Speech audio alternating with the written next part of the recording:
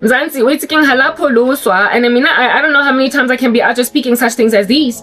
You're not born again. Mamela, you ain't saved, you ain't never been saved. Okay, maybe no, listen, you ain't saved. There was a time when South Africa maybe was born again. I don't know when. I can't tell you the history. I don't remember a time where the country was really faithful. I don't. Then again, I wasn't born again and I wouldn't know the difference, so okay. Even the church was a joke. It was a joke, but God did deliver South Africa from apartheid because of the prayers of the remnant. Because when a nation gets set free and it gains democracy, people can be allowed to freely worship their God.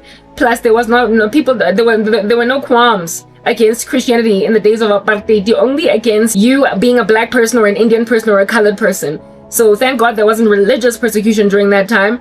Only racial segregation. Well, no, I say only like it's lesser. It was big enough, but thank God there was free worship of the God of Abraham, Isaac, and Jacob. But when you got out of apartheid, all right, you then were like, yeah, Iblening Mahua are the ones that shoved Christianity down our throats, and you started to reject it. Okay, whatever. Okay, if it wasn't like proper, you threw out the baby with the bathwater. It's what I'm getting at.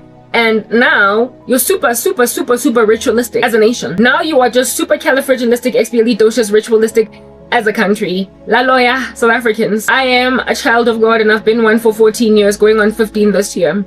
When I first got saved in the Lord Jesus Christ, it is just absolutely astronomical and alarming how many people with whom I fellowshipped in the beginning bewitched me. How the very people who brought me closer to God before I became too effervescent turned on me with sorcery. That's your country. You like a fluffy, most unconvincing Christianity insofar as it's not altogether hot and bothered. You can hang with that chick, right? Mara, once a person becomes hot and bothered, as in like, boom, for God, when they start making like a nuclear explosion all the day long for Jesus, that's when you're like, "Ay, Suga, you're overkilling, you're doing too much." Yeah, well, if you tell people that are getting super close to the Lord that they're doing too much, honey, God is going to be like, very well, then let my children go. Let my babies so that which you imagine is the too much that they're doing, you might one day come to appreciate that it was the only way to be, Joe. Because as a result of me taking my children out of your country, I'm no longer looking at you with favor. If anything, I've handed you over to corrupt politicians. I've handed you over to failed businesses. I've handed you over to load shedding. I've handed you over